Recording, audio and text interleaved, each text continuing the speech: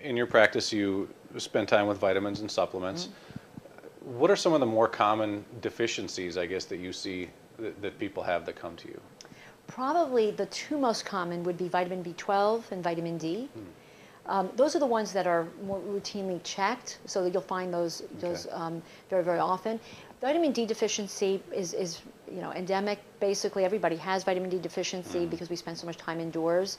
So that's common.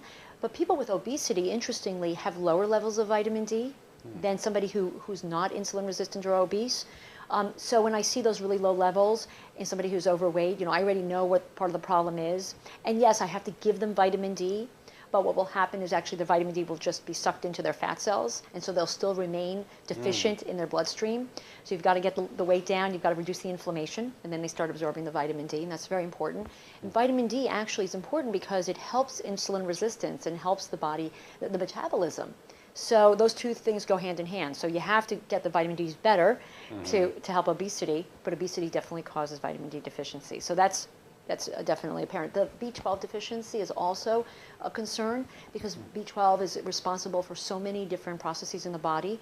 The metabolism is one, the nervous system is another. The brain certainly is affected by B12, and I see a lot of this, and I think a lot of this has to do with absorption problems.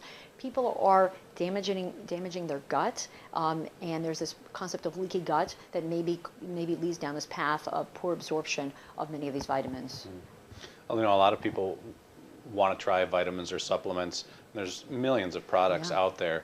Is it best to get advice from a professional to know maybe what you might need instead of just cherry picking, the number of products that are out there? Yeah, absolutely. I mean, it is overwhelming. I go to the store and I see what the patients have to choose from, and I think, well, how are they going to make this decision?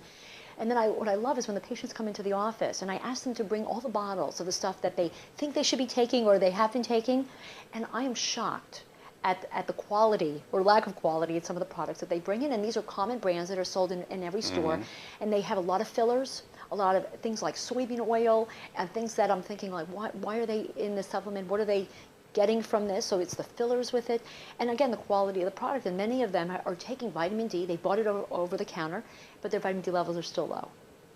So I think they need to talk to somebody who has experience with supplements to understand which ones they're going to get the best results with.